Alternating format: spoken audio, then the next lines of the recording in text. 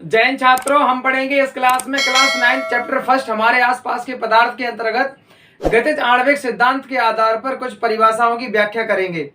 तो उससे पहले हम आपको थोड़ा सा बता दें, हमने आपको इस चैप्टर में पढ़ाया है कि ठोस, द्रव और गैस क्या होता है, लेकिन उसमें थोड़ी सी आपको डीप जानकारी देना चाहते हैं उनके अणु और परमाणु के संबंधित। तो आइए समझते हैं। देखिए, ठोस में क्या है कि और जो ठोस, द्रव, गैस है, इन सब के अणुओं की जो स्थिति है वो कुछ इस प्रकार से है। जो ठोस के अणु होते हैं वो सबसे ज्यादा पास पास होते हैं। एक प्रकार से ऐसे समझ लो कि बिल्कुल एकदम सटे हुए या चिपके हुए होते हैं ठोस के अणु, लेकिन उससे थोड़े से ज्यादा या थोड़े सा गैप किसमें होता है, लिक्विड या फिर द्रव में। और सबसे ज्यादा गैप किसमें होता है या ना के बराबर गैप किसमें होता है, गैस के अणुओं में। इसे और डिटेल में समझिए कि जो उनके बीच का स्थान है उसको कहते हैं अंतर आणविक स्थान। अंतर आणविक स्थान का मतलब है कि अणुओं के अंदर का स्थान या अणुओं के बीच का स्थान, समझ रहे हैं, उसको कहेंगे हम अंतर आणविक स्थान। तो अच्छा, एक बात बताइए कि ठोस में अंतर आणविक सबसे ज्यादा रहेगा या सबसे कम रहेगा? ठोस में क्या होगा कि उनके अणुओं के बीच का अंतर आणविक स्थान क्या रहेगा, सबसे कम रहेगा। और उसके तुरंत बाद में मतलब द्रव में क्या होगा कि ठोस की अपेक्षा थोड़ा सा ज्यादा अंतर आणविक स्थान रहेगा, तभी तो वो थोड़ा फैल जाते द्रव। मतलब जैसा मान लो पानी है, पानी को हमने फैलाया तो फैल जाता है, लेकिन अगर हम पत्थर नीचे डाल दें तो अपनी शेप में ही रहता है, ना कि फैलता है। वो बात अलग है कि अगर अपन लोग फोड़ दें उसको तो वो बात अलग हो जाती है। आइए समझते हैं गैस में क्या है। गैस में क्या होता है, सॉलिड और लिक्विड की अपेक्षा बहुत ही ज्यादा अंतर आणविक स्थान होता है, या फिर ना के बराबर अंतर आणविक स्थान होता है इसके। अब आइए समझते हैं इनके बीच का आकर्षण बल क्या होता है। जब दो अणु आपस में जिस बल के कारण एक दूसरे से सटे हुए होते हैं, जुड़े हुए होते हैं, उसे कहते हैं अंतर आणविक आकर्षण बल। और इसी बल से जो ठोस है इनके अणु क्या करते, आपस में जुड़े हुए होते हैं। और सबसे ज्यादा आकर्षण बल किस में रहेगा, कॉमन सी बात है कि सॉलिड में रहेगा। और उससे कम किस में रहेगा, द्रव में रहेगा। और सबसे कम किस में रहेगा या ना के बराबर गैस में रहेगा। लेकिन अब हमें क्या समझना है, अब हमने आपको थोड़ा सा जानकारी दे दी है ठोस, द्रव और गैस के बारे में, जो आपके अणु में इसमें डेफिनेशन में थोड़ी सी हेल्प करेगी। अब आइए समझते हैं गतिज आणविक सिद्धांत के आधार पर गलन की और हिमीकरण, क्वथनांक और बाष्पीकरण की सबकी हम डेफिनेशन समझते हैं। तो देखिए, गलन किस प्रकार से व्याख्या की जाती है अंतर आणविक सिद्धांत के आधार पर। देखिए, किसी ठोस को गर्म करने पर उसके अणुओं के बीच की दूरी बढ़ने लगती है।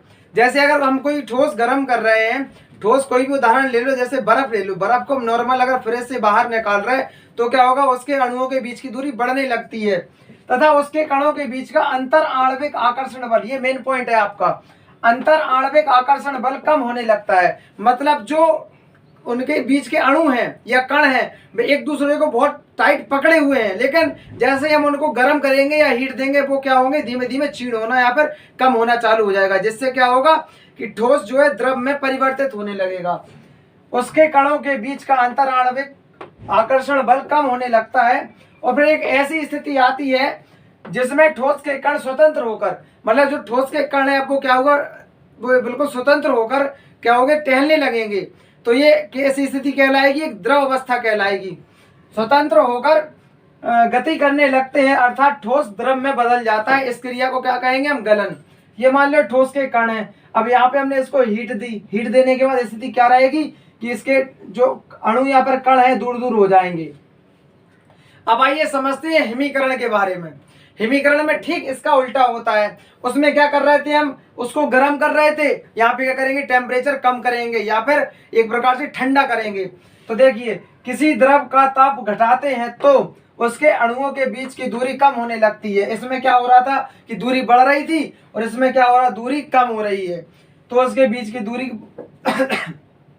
कम होने लगती है, अर्थात उसके कणों के बीच का अंतर आणविक आकर्षण बल बढ़ने लगता है। अभी क्या था, इसमें क्या हो रहा था कि ठोस से द्रव में जा रहा था तो अंतर आणविक जो आकर्षण बल है वो बढ़ रहा था। लेकिन इसमें क्या हो रहा कि द्रव से अब ठोस में जा रहा है तो क्या होगा कि अणु आपस में ज्वाइंट होते चले जाएंगे या अंतर आणविक आकर्षण बल बढ़ता चला जाएगा।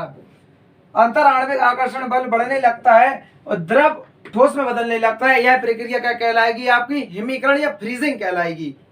इसका स्क्रीनशॉट ले लीजिए आप। अब आइए समझते हैं क्वथन और बाष्पन के बारे में। देखिए क्वथन का बेसिकली हमने आपको मतलब बता रखा है कि क्वथन का मतलब है उबलना और बाष्पन का मतलब है बाष्प बनना या भाप बनना। तो आइए इसके अंतर आणविक सिद्धांत के आधार पर समझते हैं क्या होता है।